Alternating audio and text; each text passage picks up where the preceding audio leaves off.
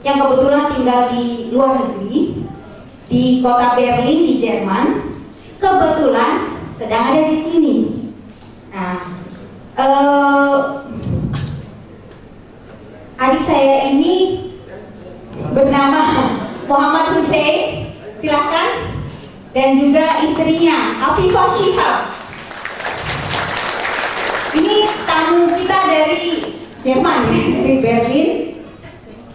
Kebetulan adik saya, bukan karena adik saya loh ya, tapi karena ada sesuatu yang mau saya sampaikan tentang adik saya dan istrinya ini. Kalau bicara tentang pendidikan di Jerman gampang kan, tinggal searching di Google, oh kindergarten di sana begini. Tentang kuliahnya juga, saya tidak mau mereka bercerita tentang kuliah di sana ataupun kindergarten di sana, tapi cerita tentang pengalaman sebagai minoritas Muslim yang ada di sana, yang gelisah akan pendidikan putrinya yang sudah berusia 3 tahun sekarang ya, dan adiknya 1 tahun. Betul ya. Itu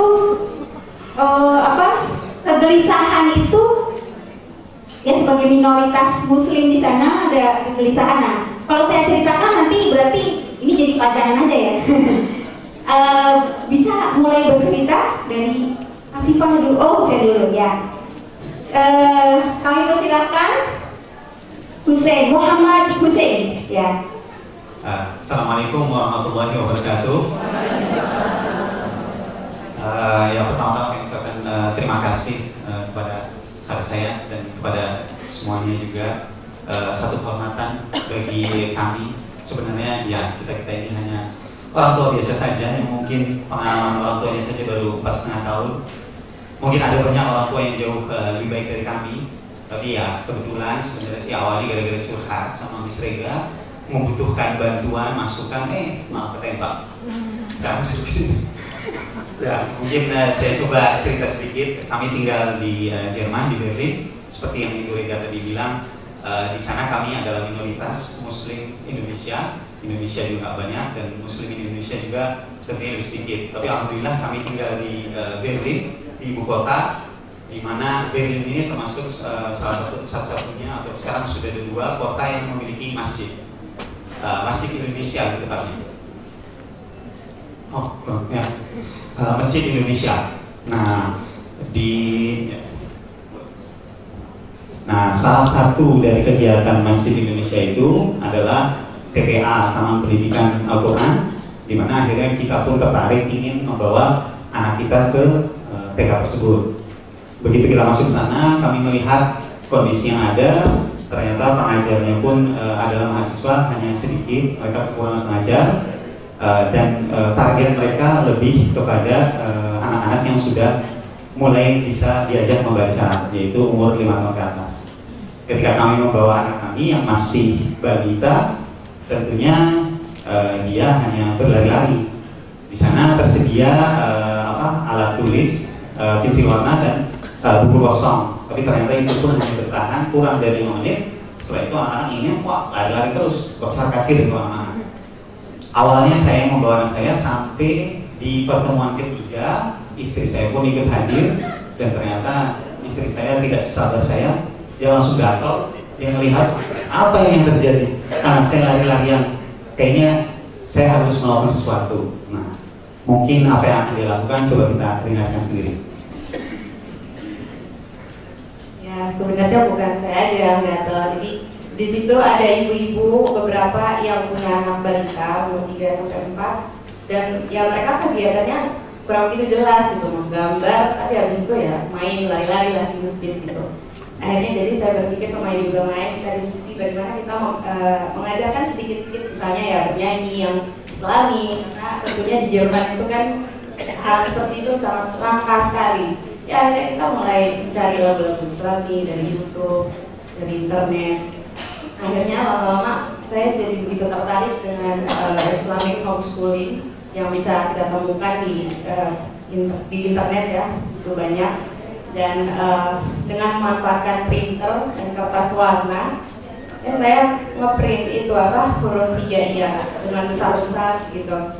Karena ya di situ, karena di sana itu mainan edukasi Islam kan tidak seperti ini bisa kita beli di mana-mana gitu ya. Jadi kita manfaatkan apa yang ada di rumah gitu, dengan craft, dengan apa gitu ya. Akhirnya di sini dari satu kita memperkenalkan 3 huruf dulu lah supaya anak kenal. Lalu dari dari huruf hijaiyah itu kita bikin beberapa permainan, misalnya mencocokkan, lalu memory game, misalnya dibalik kecil-kecil terus kita sudah tebak yang mana permainan sederhana.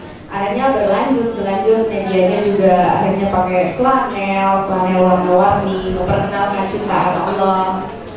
Ya penting menanamkan dulu bahwa Allah itu pencipta kita, ciptaan Allah itu alam semesta dan sebagainya gitu. Lalu menanamkan adab gitu ya, akhlak gitu, karena kita juga nggak kepingin bahwa anak-anak itu hanya memahami Islam itu sebagai hafalan gitu. Sedangkan di Jerman itu budayanya itu kan sangat disiplin, orang-orangnya juga sopan ya, maksudnya dalam artian mereka menghargai orang lain gitu. Jadi kita menanamkan itu dengan adab, dengan bermain misalnya bertamu gitu. Akhirnya saya bawa mainan anak-anak saya yang masak-masakan atau piring-piringan saya bawa ke masjid.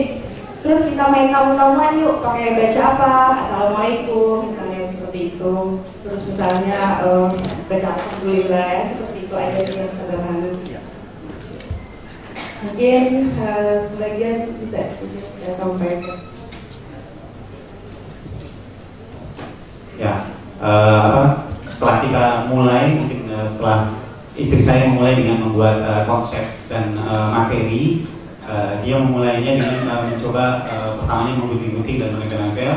Setelah dia mencobanya dengan membawa seluruh orang tua dengan anaknya, jadi orang tuanya mengajar bareng-bareng.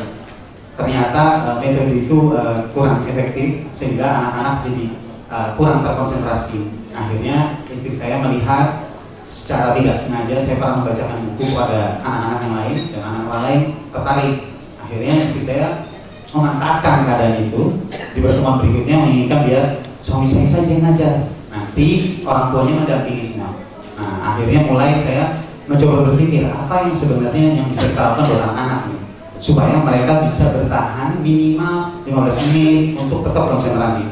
Akhirnya satu hal yang saya pikirkan adalah kita sendiri orang dewasa menginginkan selalu sesuatu yang baru. Sesuatu yang baru itu apa gitu kan? Seperti kayak seminar aja, kalau ini udah biasa kita nggak akan datang. Tapi karena sesuatu yang baru kita mau. Akhirnya saya terpikir untuk melakukan surprising. Bagaimana kita membuat anak kita selalu surprise. Akhirnya saya terpikir untuk membuat huruf-huruf Arab ini, huruf hijaiyah, kita harus bikin yang besar. Kita harus bikin yang berwarna. Satu huruf, satu kertas, biar mereka senang dan melihat. Akhirnya kita selalu membawa satu kotak yang bisa dibilang rahasia, nggak boleh ada anak yang melihat, dan kita munculkan satu demi satu sehingga mereka terus tertarik. Dan kita membawa mereka juga untuk bergerak dengan memberikan itu kepada mereka untuk menempelkannya dengan magnet sehingga anak pun ikut ambil.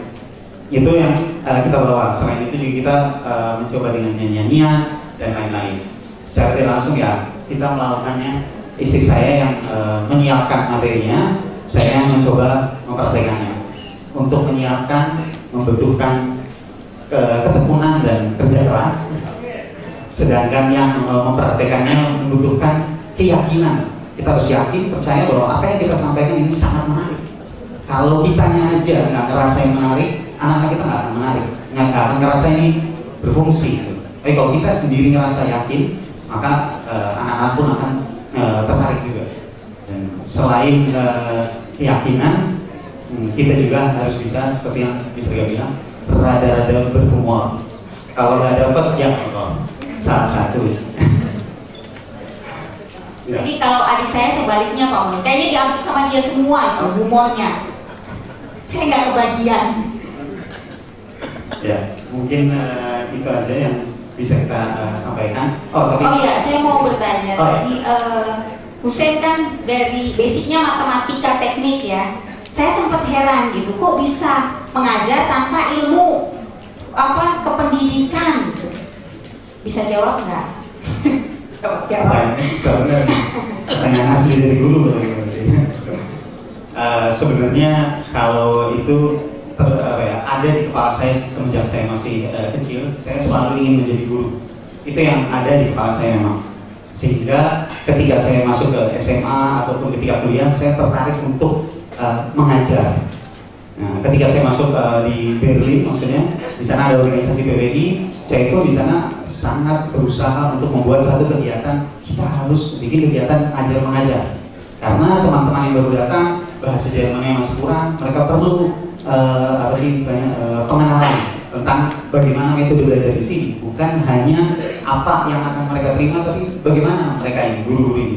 Karena kalau di Indonesia terbiasa dengan contoh di matematika, ada yang namanya cara cepat atau apa, di sana itu wah tabu atau bahkan haram hukumnya, bisa langsung dicoret istilahnya. Hal-hal seperti itu udah, nah, sehingga teman-teman memahami hal itu. Akhirnya saya membentuk ada aljabar, asiknya belajar bersama.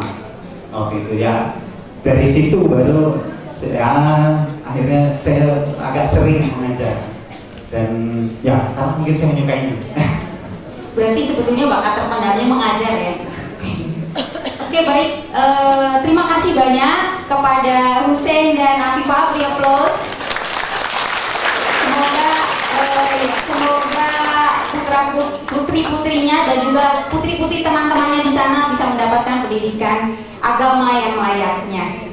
Ya, silakan, terima kasih banyak.